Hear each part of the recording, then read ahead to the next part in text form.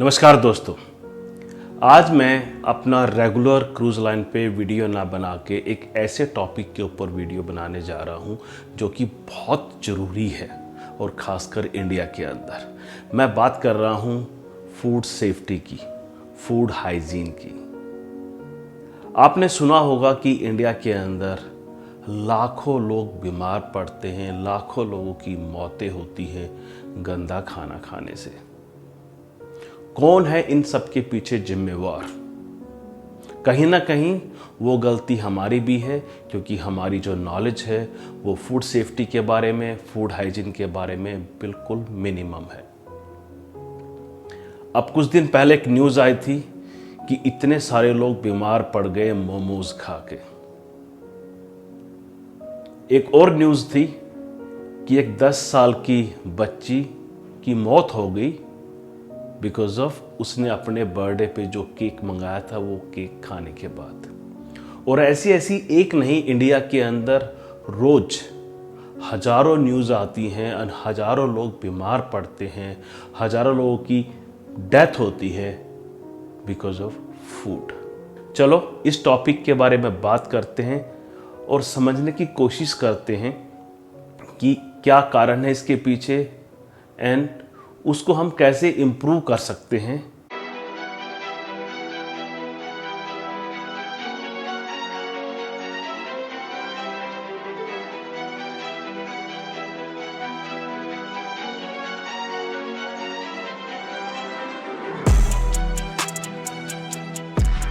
आपको ये जान के आश्चर्य होगा कि इंडिया वर्ल्ड का सेकंड कंट्री है जहाँ पे मैक्सिमम डेथ होती है because of food, because of eating stele food, गंदा खाना खाने से।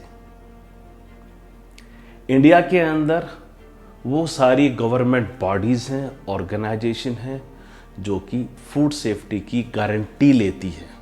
वो सारे नॉर्म्स हैं जो हर किसी पे भी, किसी भी रेस्टोरेंट पे, किसी भी ढाबे में, किसी भी रेहड़ी के ऊपर जो कोई भी किसी तरह का खाना बेचता है वो सारे नॉर्म्स उन पे लागू होते हैं।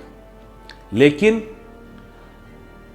1% भी ऐसा कोई फूड स्टॉल नहीं है, कोई रेस्टोरेंट नहीं है, कोई ढाबा नहीं है जो ये नॉर्म्स की रिक्वायरमेंट पूरी करता होगा। और वही एक सबसे बड़ा रीज़न है कि हम लोग इस चीज़ को अनदेखी कर लेते हैं, कहीं भी खाना खा लेते हैं और बीमार पड़ते हैं। दुनिया भर के मेडिकल्स के बिल इकट्ठे हो जाते हैं और कैजुअलिटीज भी होती है। देखो, जीने के लिए 3 चीज़ जरूरी होती है। सबसे पहला हवा, पानी, खाना। अगर इन तीनों चीज़ के अंदर मिलावट है या ये तीनों चीज़ साफ नहीं है तो उसके बाद आप चाहे कितनी योगा कर लो, आप कितने भी जिम में चले जाओ, आपकी लाइफ स्पैन है वो 100% कम हो जाएगी, आप बीमार भी पड़ोगे और आपकी मौत भी हो सकती है। सबसे पहले मैं आपको एक चीज़ सजेस्ट करूंगा जो आप खुद कर सकते हो अपने घर में अपने साथ। एटलीस्ट उस चीज़ से स्टार्ट करो और मैं गारंटी से बोल सकता हूं आपकी 30-40% प्रॉब्लम वहीं पे सॉल्व हो जाएगी। सबसे पहले आपको क्या करना है, आपकी हैंड हाइजीन। हाँ जी, आपको ये निश्चय करना है कि आप कुछ भी खाना खाने से पहले या स्मोक करने से पहले आपको ये इंश्योर करना है कि आपके हाथ 100% साफ हैं। साफ का मतलब आपको साबुन से रगड़ रगड़ के एटलीस्ट 20 सेकंड तक आपको अपने हाथ रगड़ने हैं और कम से कम 40 to 45 सेकंड उनको गर्म पानी या ठंडे पानी से अच्छे से साबुन से धोना है खाना खाने से पहले। जितनी बार आप हाथ धोगे उतना ही अच्छा है और इससे आपकी बहुत सारी प्रॉब्लम दूर हो जाएंगी। आपको ये पता होगा कि पेट जो है वो सारी बीमारियों की जड़ है और पेट के अंदर कुछ भी नहीं जाता बगैर हाथों के। हम जो भी खाते हैं या स्मोक करते हैं वो हाथों से ही करते हैं। इसका मतलब जब पेट खराब होता है, आप बीमार होते हैं, तो पेट की गलती नहीं है, वो गलती है आपके हाथों की, वो गलती है आपकी, क्योंकि आपने अपने हाथों को अच्छे से नहीं धोया या आपकी अच्छे से हाथ धोने की प्रैक्टिस नहीं है। आपको याद है वो टाइम पैंडेमिक का, जब आप हर चीज़ सैनिटाइज करते थे और कहीं ना कहीं वो चीज़ बिल्कुल कारगर साबित हुई थी। हम बहुत हद तक, बहुत घरों के अंदर हमने एक लक्ष्मण रेखा खींच दी थी कि बैक्टीरिया अंदर नहीं आएगा, कोविड अंदर नहीं आएगा, क्योंकि वो कैसे फैल रहा था, वो पर्सन टू पर्सन फैल रहा था। अगर मेरे हाथ में अखबार है और मैंने अखबार पे छींक दिया या खांस दिया, क्योंकि मैं अखबार डिस्ट्रीब्यूटर हूँ, वो अखबार मेरे घर पे आ गया और मैंने वो अखबार पढ़ लिया बगैर सैनिटाइज करे, ये कोविड की बात कर रहा हूँ, तो गारंटीड था उस घर में कोविड आया है। आपको पता है कि सबसे गंदी चीज़ आप अपने साथ क्या रखते हो? आपका अपना फ़ोन। वो सबसे गंदा है, जो आप हर जगह लेके जाते हो, हर जगह यूज़ करते हो। आप उसको टॉयलेट में भी लेके जाते हो, आपके वो खाने की टेबल पे भी होता है। और कितनी बार तो आप खाना खाते खाते भी आप फ़ोन चेक करते हो। आपने चाहे खाना खाने से पहले अगर हाथ धो भी लिए और अगर आपने खाने के बीच में फ़ोन हाथ में ले रखा है, तो आपके हाथ वापस वैसे की वैसे हो गए। आपने कब लास्ट टाइम अपना फ़ोन सैनिटाइज किया था? शायद कोविड के टाइम में, उसके बाद कभी नहीं किया। और 99% कोई भी फ़ोन सैनिटाइज नहीं करता है। लोग करते हैं ये इसलिए कि आपको, हमको वो नॉलेज नहीं है। बैक्टीरिया चारों तरफ रहता है, वो हमारी नंगी आंखों से विजिबल नहीं है। इसलिए सबसे पहले ये ज़रूरी है कि अपने हाथ, hand hygiene is must. Wash your hand as many time as possible. तो सबसे पहले तो ये, अगर आप ये स्टार्ट कर दोगे, काफ़ी हद तक आपकी प्रॉब्लम सॉल्व हो जाएगी। ये बेसिक नॉलेज है, अपने बच्चों को भी सिखाओ, खुद भी सीखो, अपने यार दोस्त भाई बहन सबको बताओ कि हाथ धोना बहुत ज़रूरी है। ये तो पहली चीज़ रही। अब दूसरी चीज़ मैं आपको समझाता हूँ एक केस के साथ। अप्रैल 2024 के अंदर एक केस हुआ था, जिसके अंदर, जैसे मैंने पहले ही बताया, एक छोटी सी बच्ची 10 साल की ऑनलाइन केक ऑर्डर किया।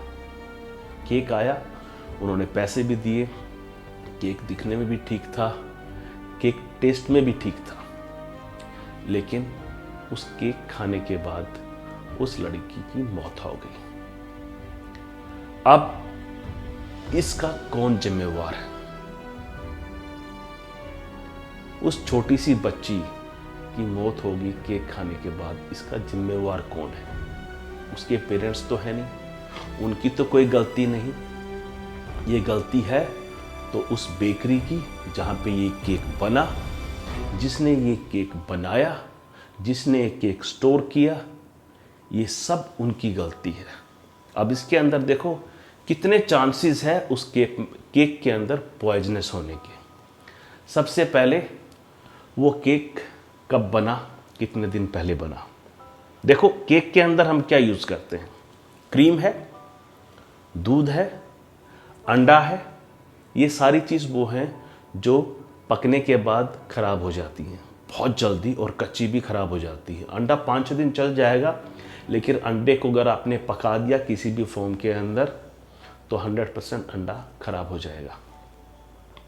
क्रीम को अगर आपने बाहर छोड़ दिया, खट्टी हो जाएगी या वो कर्डल हो जाएगी। जैसे घर में दूध होता है, सिंपल सा फॉर्मूला है, वही चीज़ केक के साथ होती है। तो जिस बंदे ने इसको बनाया, सबसे पहले उसकी हैंड हाइजीन अच्छी नहीं थी। हो सकता है वो स्मोक करता हो, कुछ भी कर सकता हो सकता है उसके हाथ गंदे हो और उन्होंने उसी हाथ से क्रीम को बीट किया है या कुछ भी किया है, वो उसके अंदर उसके हाथ के बैक्टीरिया चले गए जो विजिबल नहीं है, ना आपको दिखाई देंगे ना उस छोटे से बच्चे को या उसकी फैमिलीज को दिखाई दिए। पहली गलती वहाँ हो सकती है। दूसरी गलती, उसने वो स्टोर कहाँ पे किया।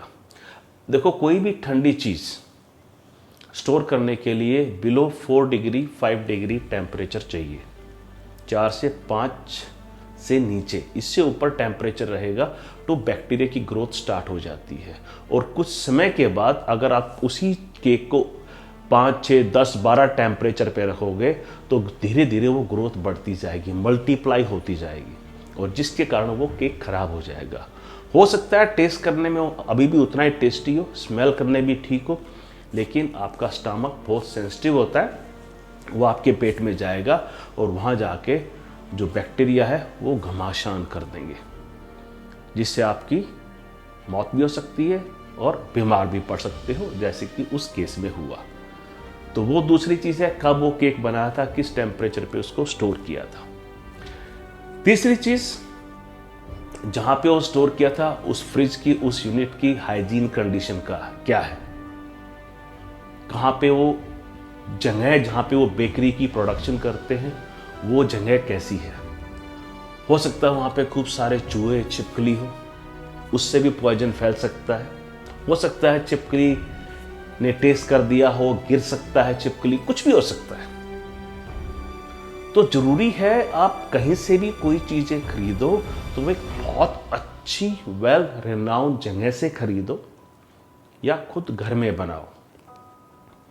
हो सकता है वेल रिनाउंड जगह पे आपको थोड़ी महंगे मिले, लेकिन एटलीस्ट उसकी किचन की, जहाँ पे वो प्रोडक्शन करता है, वहाँ की जो हाइजीन है, वहाँ की जो पूरी जो सराउंडिंग है वो नीट एंड क्लीन है।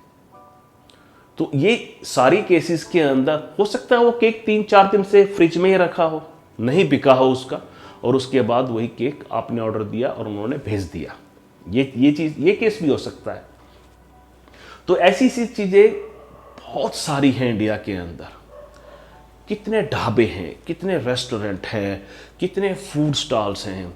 इन सब के ऊपर जो हमारी इंडिया की फूड हाइजीन की गवर्नमेंट बॉडीज़ हैं वो सारे नॉर्म्स लागू होते हैं, लेकिन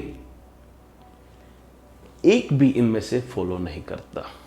कितनी बार आपने सुना है कि इस रेस्टोरेंट के अंदर छापा पड़ा या इसको सील कर दिया because of poor food hygiene practice, या किसी ढाबे को या किसी रेहड़ी वाले को या किसी सब्जी मंडी को जो फ्लोर के ऊपर बैठ के वो सारी सब्जियां बेच रहे होते हैं, कीचड़ के अंदर, बारिश के अंदर, फिश मार्केट जो रोड के ऊपर फिश बेच रहे हैं, चिकन बेच रहे हैं। अरे क्यों नहीं हमारी गवर्नमेंट बॉडी इनको सील करती? क्यों नहीं हमारी गवर्नमेंट बॉडी इनको हमेशा के लिए जेल में डालती? क्या ये मास मर्डर नहीं है? जब 50 लोग मोमोज खाने से बीमार पड़ गए, हॉस्पिटलाइज नहीं है, क्या ये अटेम्प्ट टू मर्डर नहीं है? क्या इनको एक टेररिज्म से कम की सजा होनी चाहिए? नहीं। तो आई थिंक ये आज जरूरी है सारे इंडियंस को अपनी नॉलेज बढ़ाओ, फूड हाइजीन के बारे में अवॉइड करो ऐसी चीज़ें बाहर से लेना जहां आपको ये लगे कि यहाँ पे लेना मतलब मौत को बुलावा देना है। अगर आप फूड हाइजीन, फूड प्रैक्टिस से रिलेटेड और वीडियो देखना चाहते हैं तो आप प्लीज़ कमेंट सेक्शन में मुझे बताइए। मेरे को फूड हाइजीन की बहुत डीप नॉलेज है और मैं चाहता हूँ कि मैं अपने सारे देशवासियों को इसके बारे में नॉलेज दूँ, उनकी नॉलेज बढ़ाऊँ, जिससे कि हम बहुत सारी जानें बचा सकें। और रिक्वेस्ट करता हूँ इंडियन गवर्नमेंट से कि please please take action on this restaurant, dhabas, रेहड़ी वालास। इनको सिखाओ, इनको, मैं ये नहीं बोल रहा इनको बंद कर दो, लेकिन एक गाइडलाइन दो, इनको इंस्पेक्ट करो, इनको ट्रेनिंग दो। आई थिंक वो आज ज़रूरी है। I hope you like this video. If you do like, do share. And please write down in comment section and let me know अगर आपको ऐसे और सारे वीडियो देखने हैं, क्योंकि इसके ऊपर मैं अभी वीडियो एक नहीं, दो नहीं, बहुत सारे बनाने वाला हूँ। Thank you so much for watching.